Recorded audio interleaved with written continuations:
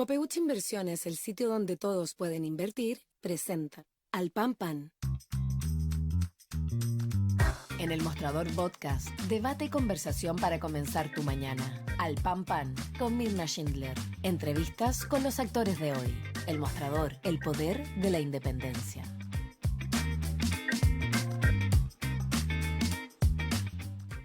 ¿Cómo están ustedes? Muy buenos días. Comenzamos un nuevo capítulo de Al Pan Pan por elmostrador.cl, donde claramente vamos a estar siguiendo con los acontecimientos que están marcando la situación del país en Venezuela tras las elecciones del domingo 28 de julio.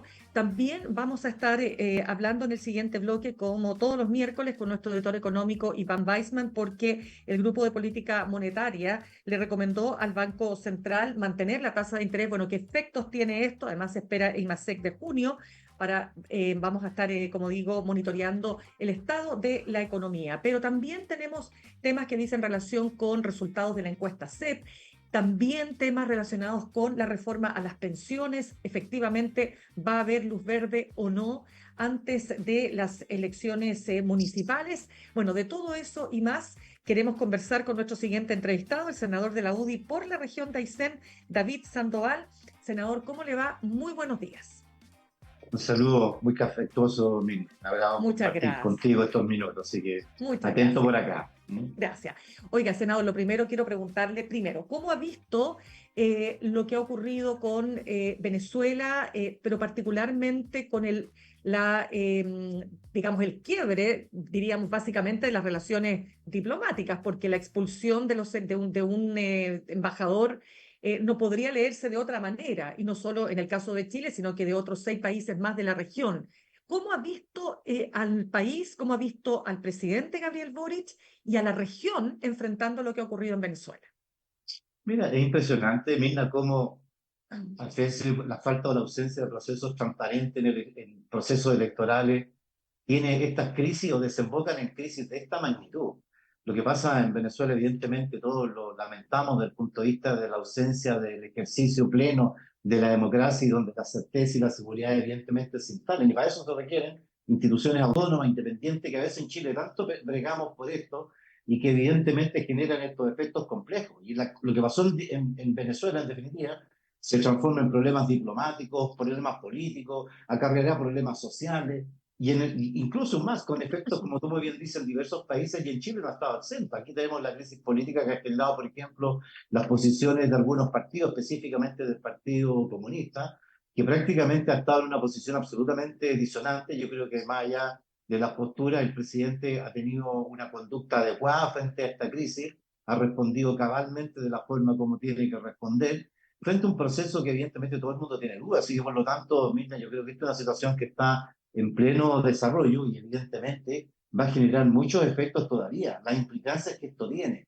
y los efectos que esto va a generar desde el punto de vista de lo que va a significar esos más de millones de venezolanos que están deambulando por el mundo, más de 500.000 en Chile, que evidentemente genera una situación muy compleja. Yo creo que ayer, fíjate que a últimas horas en el Senado se presentó un proyecto de acuerdo para sumar precisamente al Senado de la República a una oposición definitiva. Y el único partido que se opuso a tramitar este proyecto de acuerdo con precisamente el senador Núñez del Partido Comunista. Por lo tanto, aquí empezamos también en el ámbito local a chocar con estos conflictos, con estas dos armas que tiene el gobierno y que a veces lo ponen en disyuntiva. Yo diría, espero que esta disyuntiva se mantenga en pos fundamentalmente de sostener la democracia, el respaldo, la solidaridad con el pueblo venezolano. Disculpe, senador, para todos los que están viendo hasta ahora, ¿qué significa este proyecto de acuerdo del Senado que rechazó? Porque tiene que ser, entendemos, por unanimidad. ¿Cuál era el objetivo?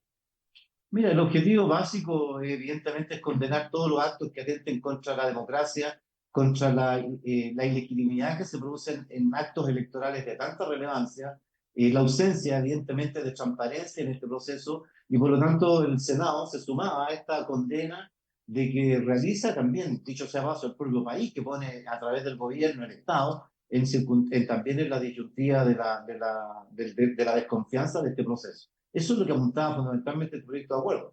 Lo que pasa es que el proyecto de acuerdo se va a votar mismo igual, probablemente hoy día. Ayer se estaba solicitando porque todas estas cosas también tienen su oportunidad, tienen su momento. Ayer hubo una gran discusión en la Cámara de Diputados por algo similar, y ayer no se hizo, y no se hizo porque era cosa que uno solo se pusiera en la sala y no se podía votar, y eso fue el rechazo que hizo el Partido Comunista, pero no queda la menor duda que se va a votar hoy día. Ya, o sea, no es necesaria, pero para entender, no es necesaria la unanimidad para que este proyecto de acuerdo sea, digamos, tenga, a ver, logre ser aprobado, quiero decir. No, no, para nada. La única Ya, unanimidad se requería ayer para votarlo extraordinariamente el día de ayer. Se va a votar ok. con toda seguridad. Perfecto. Senador, lo que pasa es que usted lo ha dicho, este es un problema no solo del país, porque tenemos 700.000 venezolanos, es un problema regional, y ya algunos países, entre ellos Perú, que tiene la segunda tasa mayor de venezolanos que han emigrado, ¿no es cierto?, después de Colombia, que es la que tiene la mayor cantidad de venezolanos hoy día en la región, están tomando medidas para reforzar los controles, porque lo que se habla es que aquí va a venir una nueva ola migratoria. ¿Cómo debiera en nuestro país prepararse para ese evento? Mira, sin duda que lo que nos ha pasado a nosotros y particularmente la ausencia de controles efectivos en la frontera norte, ya ves tú lo que pasa, entra y sale para cualquier persona sin mayores controles, tenemos verdaderas cadenas de apoyo, de asistentes en este proceso. Y un tema que evidentemente nos preocupa, yo creo que tal cual como tú lo señalas, Perú, imagínate Colombia, que tiene la cantidad más grande de inmigrantes, Ecuador, vamos a ver que efectivamente va a haber que haber una gran coordinación internacional con los países que están vinculados, Colombia, Ecuador, Perú, Bolivia, que dicho sea de paso es la puerta de entrada fundamental. Y Bolivia tenemos serios problemas en ese contexto. Ellos tenemos enormes dificultades para el proceso de retorno de migrantes ilegales y que evidentemente ha sido una situación que va a requerir, no me cabe la menor duda, de parte de la Cancillería, una extremada coordinación con estos países que efectivamente van a estar parte de esta cadena migratoria y que evidentemente habla del otro lado humano, Mirna, del lado social, del lado humano, que ¿Mm? significa a veces cuando una dictadura no es capaz de administrar un país tan rico. Venezuela debería estar hoy día en el primer mundo, ¿ya? Un país con un nivel de riqueza enorme. ¿Cómo es posible que se farree en una situación de esa naturaleza? Precisamente por estas situaciones ideológicas extremas que en definitiva están afectando a la ciudadanía. Mira la cantidad de venezolanos fuera del país, la cantidad de personas que no pudo votar en esta elección. Estamos hablando de una crisis que evidentemente socialmente, políticamente, diplomáticamente va a tener que tensionar mucho a las instituciones para lograr la máxima coordinación, especialmente con los países que son parte de esta cadena migratoria por el flujo migratorio que se está hablando. Claro, ocurre que, senador, solo para cerrar este tema, lo decía también en el programa la senadora de Renovación Nacional, María José Gatica, ella planteaba abiertamente que lo que había que hacer era cerrar las fronteras, claro, pero ¿cómo una medida como esa, primero, es posible en la práctica de que pueda ser concretada, teniendo los problemas que tenemos de porosidad, de larga frontera, en fin, o sea, ¿cómo ve usted, cómo visualiza este tipo de propuestas, ¿no? Mira, Chile tiene la frontera cerrada. Nadie puede entrar y salir si no es a través de los pasos y las tramitaciones normales que se hacen en procesos migratorios y en los pasos fronterizos. El problema que tenemos es lo que dices tú, que tenemos en la zona norte una frontera absolutamente abierta donde hay evidentemente fragilidad de controles. Yo creo que lo que hay que hacer aquí es simplemente, bueno, el gobierno tiene la herramienta, dicta su estado de excepción, puede requerir el apoyo de las fuerzas complementarias, como es el caso de la fuerza armada, complementariamente a la fuerza pública, porque evidentemente estos procesos, Mirna, se encuentran Ujú. insertos en un proceso que a veces es muy complejo revertir una situación cuando tiene estas personas en esta condición en la frontera, más aún cuando estamos hablando, hay muchos que vienen con niños. Yo creo que evidentemente, insisto, yo creo que la Cancillería, los gobiernos van a tener que tensionar extremadamente todas las acciones para procurar la máxima eficiencia en estos procesos y ojalá al final del día la situación de Venezuela se resuelva. Yo creo que todos los países están esperando, Perú ha ido un poco más allá, simplemente ya reconoció al nuevo presidente que el gobierno venezolano efectivamente no lo hace y aquí estamos en un proceso donde probablemente los próximos días, las próximas semanas van a ser todavía mucho más complejas desde el punto de vista diplomático con esta situación. Totalmente. Estamos conversando a esta hora con el senador de la UDI por la región de Aysén, David Sandoval. Senador, quiero llevarlo a algunos de los resultados de la encuesta CEP y vincularlo inmediatamente con un punto muy importante. Porque fíjese usted que el 65% de los encuestados dice que prefiere que se privilegien los acuerdos, aunque tengan que ceder sus posiciones, las fuerzas políticas, etcétera, ¿no? Y usted ha planteado, y quiero preguntarle específicamente por la reforma a las pensiones. Usted ha dicho que está dispuesto a sacar adelante la reforma porque le daría oxígeno a la política, incluso disponible para ceder parte de ese 6% de extra de cotización, no destinarlo completamente a cuentas individuales. Hay quienes están señalando, y quiero preguntarle derechamente qué hay de aquello, que la oposición estaría por no aprobar esta reforma antes de las elecciones para no tener que pagar el costo político de un rechazo. Y vuelvo a la encuesta CEP, la tercera el tercer punto, digamos, más requerido por la ciudadanía es precisamente el tema de las pensiones. ¿Cómo se Mira, resuelve esto? sí, mira, Dígame. aquí hay un problema político súper de fondo. Primero que nada, estoy absolutamente de acuerdo con las apreciaciones que hace la comunidad respecto de la necesidad que los partidos, más allá de sus diferencias, obviamente se sean capaces de centrarse en los acuerdos pertinentes para avanzar. Yo creo que hoy día hay un proceso en el cual, desgraciadamente, las relaciones políticas que se han establecido desde que se instaló el gobierno, mira, aquí estamos ¿Ya? hablando desde el momento en que, cuando el gobierno se instala, lo que hace el gobierno con los procesos de reformas constitucionales, lo que busca, y la señal era muy clara, es que crear, inventar o diseñar o refundar, ¿verdad?, una nueva institucionalidad en todos los ámbitos de la política. Y eso generó un mecanismo de profunda desconfianza de que con quienes tenemos al frente. No nos olvidemos que desde el inicio hasta hoy día el gobierno es radicalmente diferente. Ya no tenemos esas posturas radicalizadas, ideológicas de extrema, atrincheradas, salvo en algunos sectores muy específicos. Hoy día el gobierno y el presidente han entendido que gobernar es muy distinto de estar en la trinchera, de estar en las calles, ¿verdad? O estar en el Congreso para los grandes discursos ideológicos. Y hay que entrar a la práctica. Yo creo que en esa práctica, yo sinceramente, Mirna, creo que no Ya. podemos nosotros como políticas, porque ese 65% que tú dices, en fin, las evaluaciones de los partidos y del Congreso está también abajo en el otro extremo de la evaluación. Y yo creo y comparto absolutamente que hay que llegar a acuerdos. Y en esa línea me da la impresión a mí de que el gobierno, y es el llamado que hacemos, tiene que salir también de la trinchera respecto a este tema. La ministra Hanna ha sido extremadamente poco, yo te digo, ha sido bastante conflictiva la relación que se ha tenido dentro de la Cámara, dentro de la Comisión de Trabajo del Senado. Han habido situaciones, es muy reactiva frente a las sensibilidades, y yo creo que eso no es bueno. El gobierno tiene que salir de la trinchera, porque mira, si tú te vas en estricto rigor, Mina, a la reforma propiamente tal, estamos básicamente y esencialmente de acuerdo en muchos de los aspectos, en muchos de los sentidos. Hay cosas más bien ideológicas que quiere el gobierno, de terminar con la trinchera por una cuestión ideológica de no más AFP.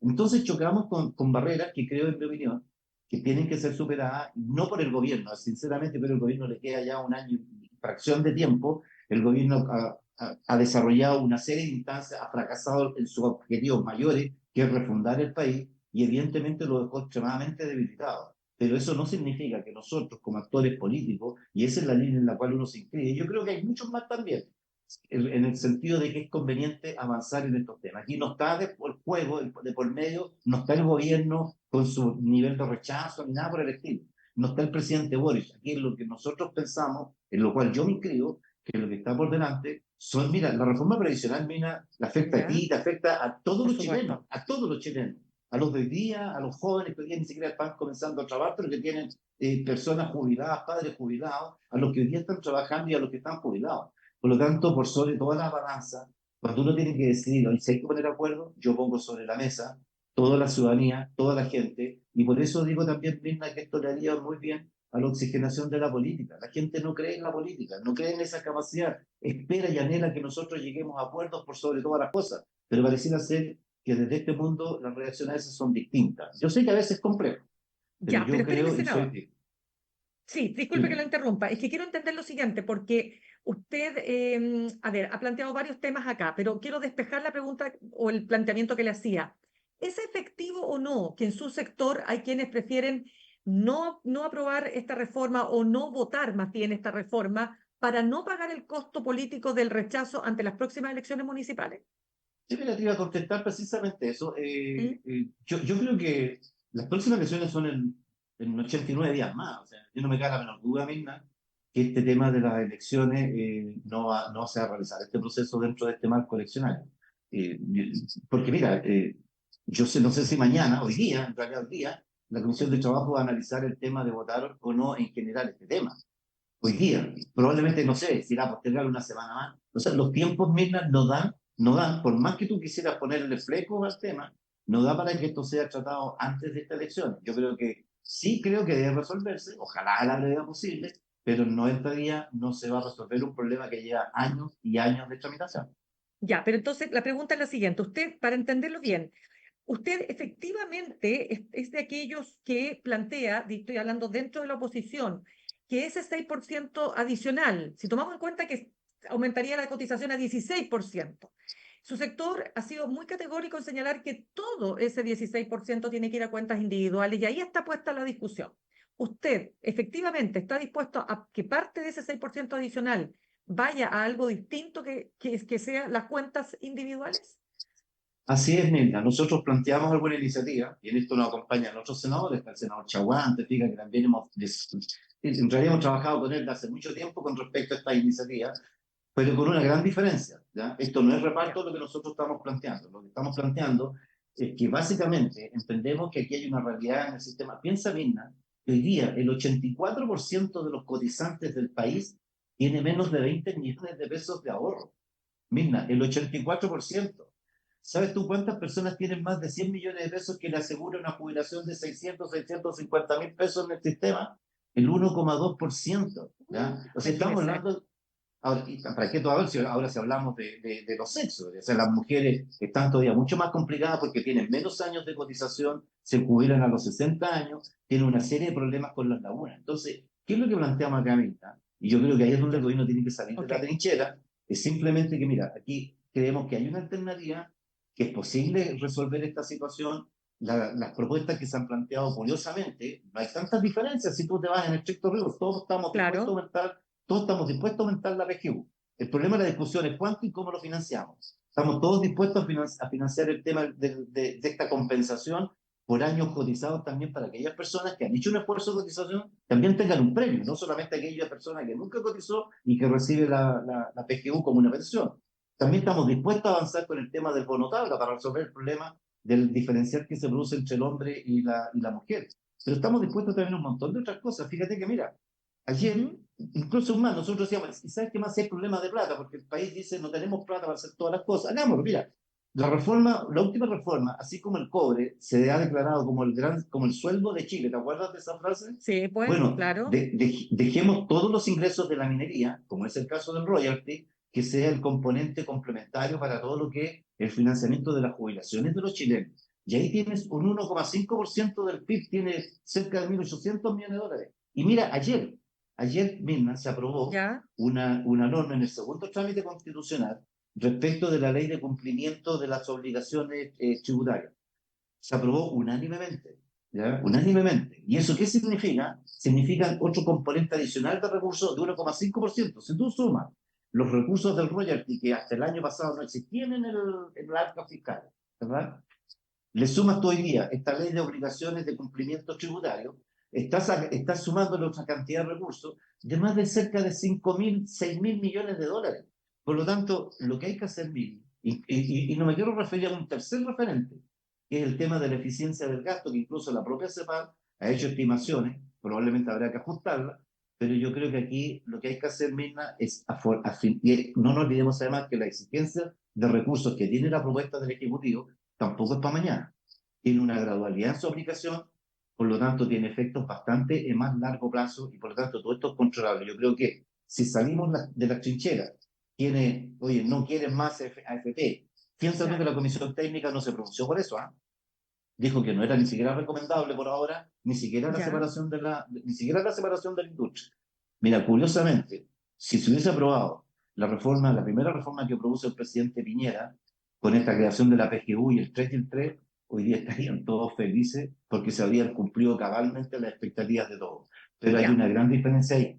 ya, Ya ese 3% que el gobierno del sí. presidente Piñera plantea llevarlo a un tema de solidaridad, hoy día el gobierno en ese minuto se creó con la PGU.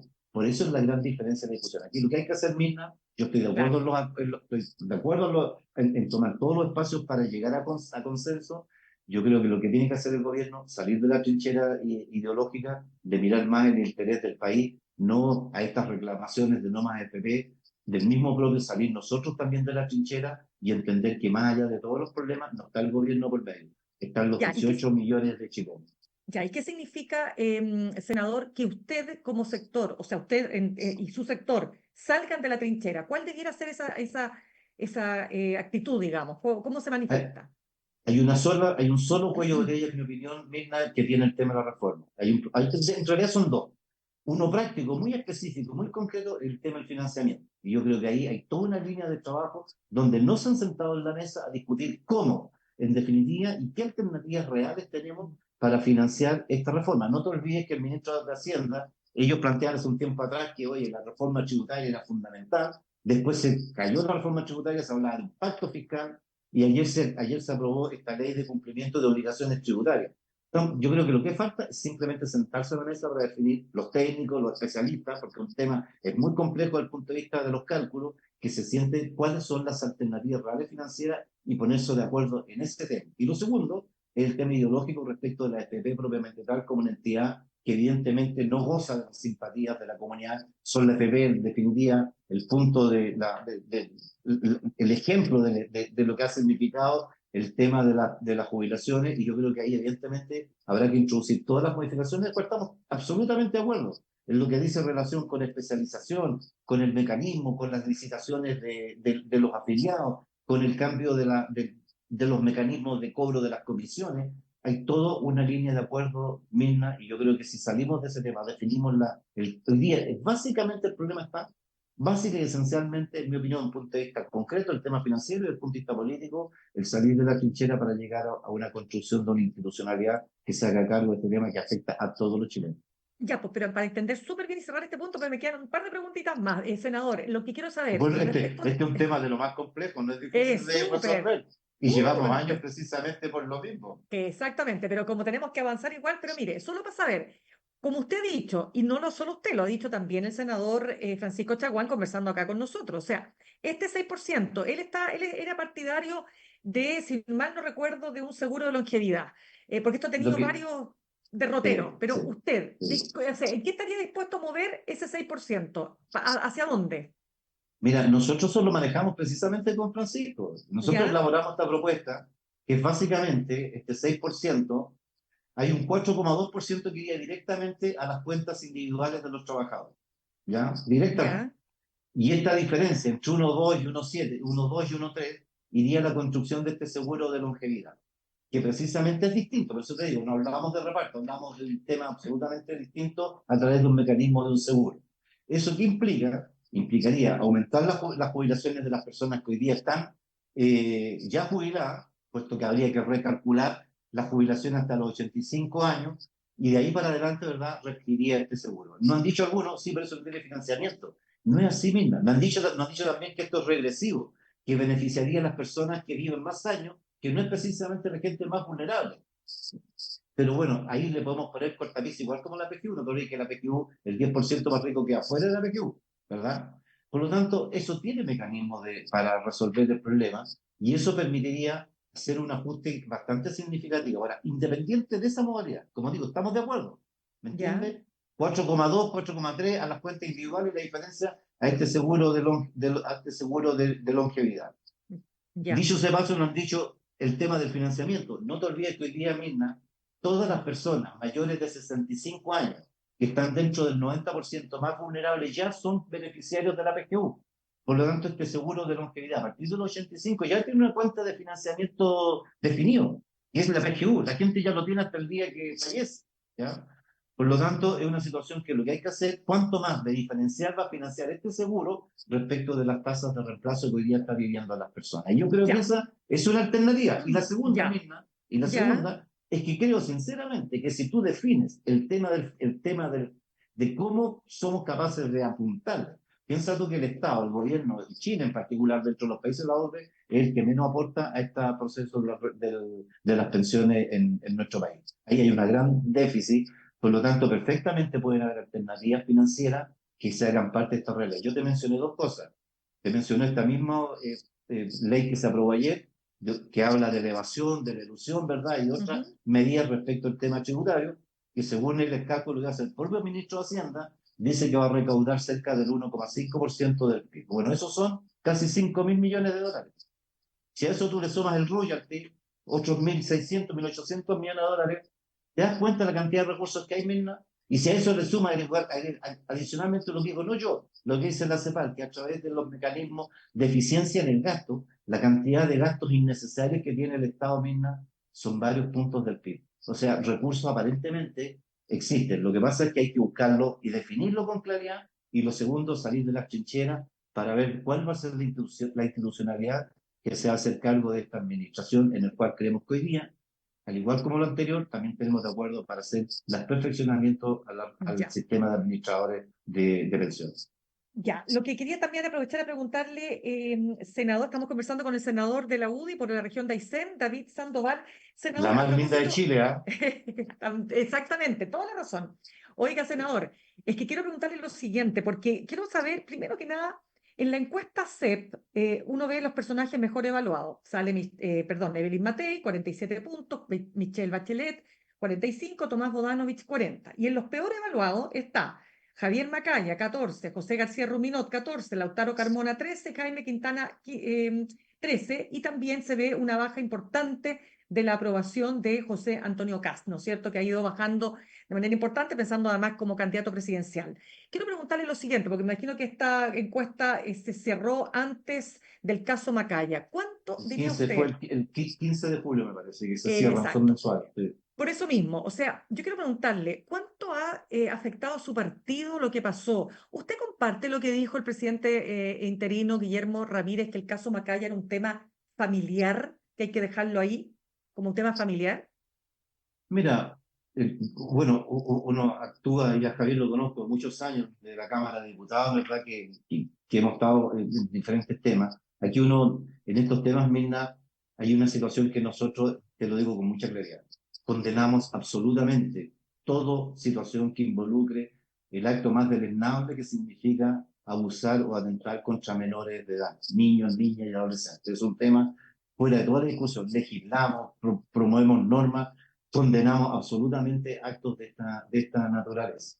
Lo que sí creemos, te fijas, de que las situaciones que se plantean en estos casos, hay algunos sectores que han querido involucrar este ámbito de situación que afecta lamentablemente a Javier como hijo de quien está involucrado en esta situación, y evidentemente nosotros lo lamentamos profundamente desde el punto de vista humano, solidarizamos absolutamente con la situación que está viviendo de una condición absolutamente lamentable y que desgraciadamente lo tienen involucrado él como hijo de esta situación.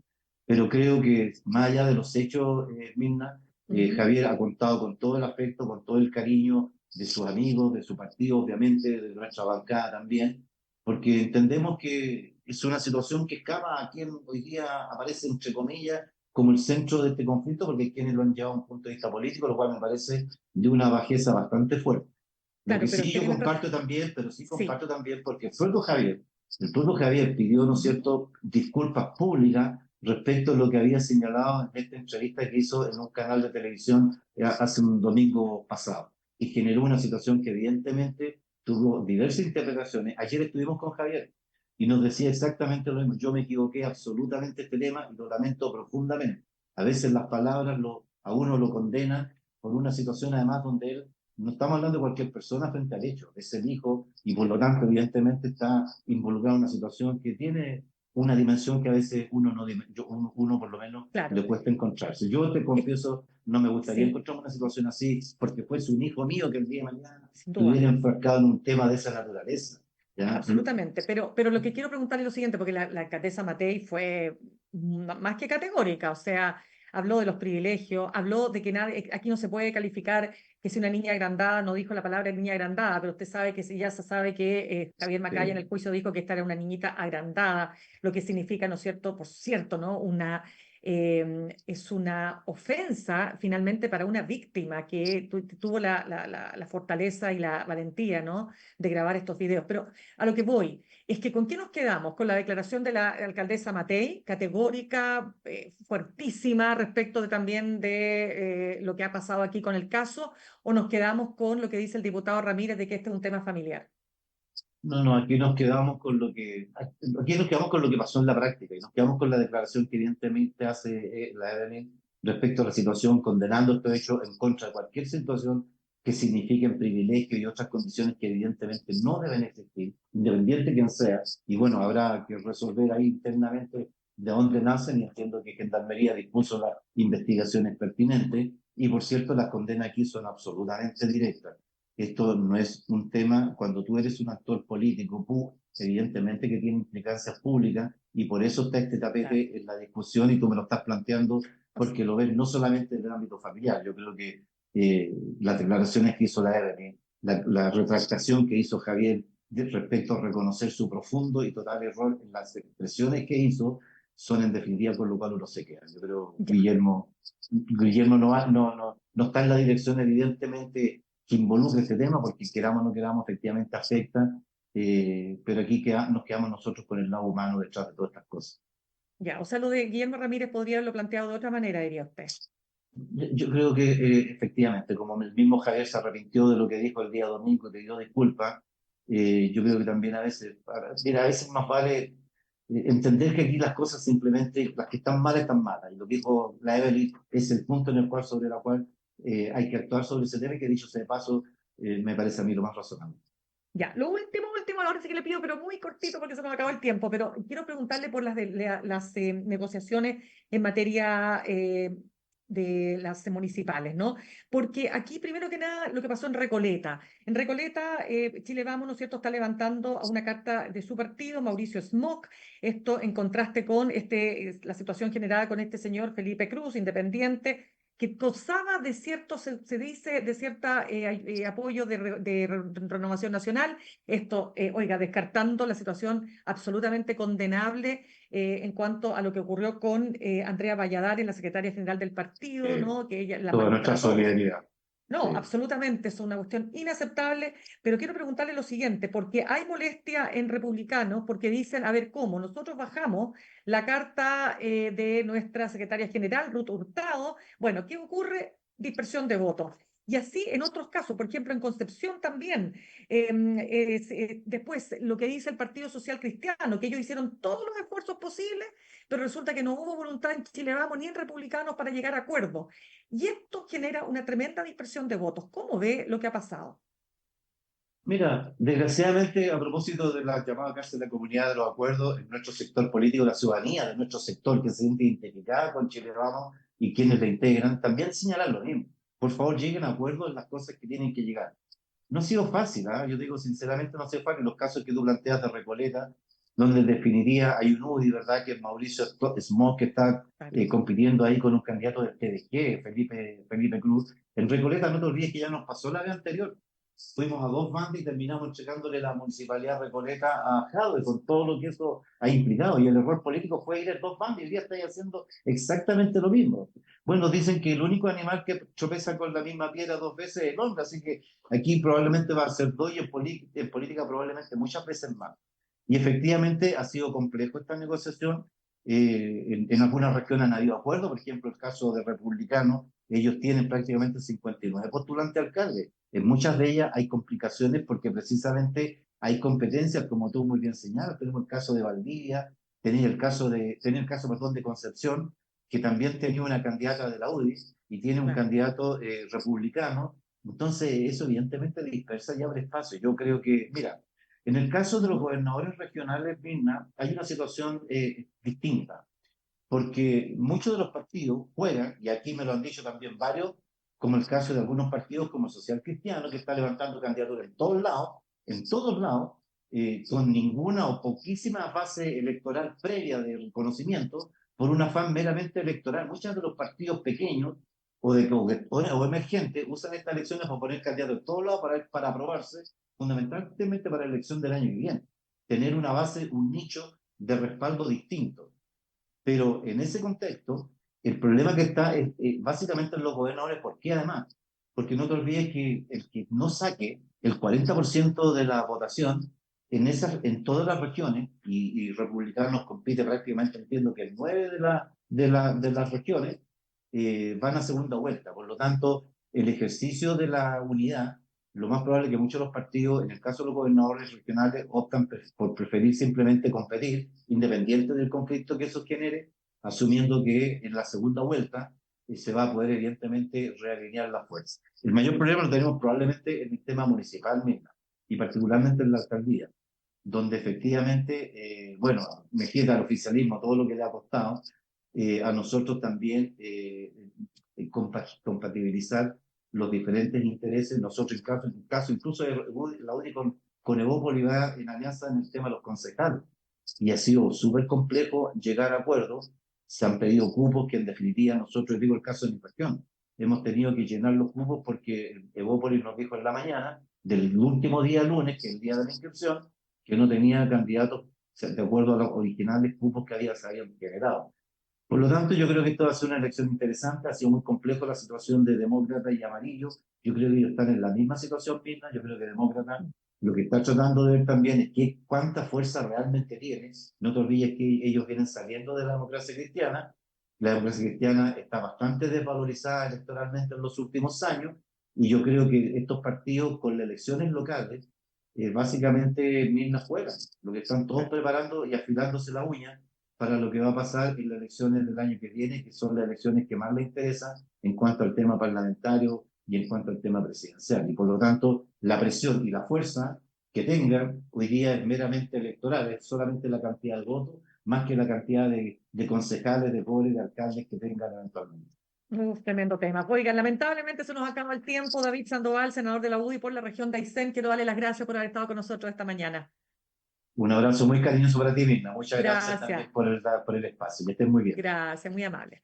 Saludamos a nuestros auspiciadores. Ahorrar cotidianamente se puede y de forma organizada, rápida y online con Ahorrando, la nueva funcionalidad de tu app Copeuch, en donde puedes programar ahorros de manera fácil y entretenida, eligiendo tus propias reglas y metas. Haz que el ahorro sea parte de tu vida con Ahorrando de Copeuch. Más información en copeuch.cl. Nos vamos al corte y al regreso estamos conversando con nuestro editor económico, Iván Weissman. Ya volvemos.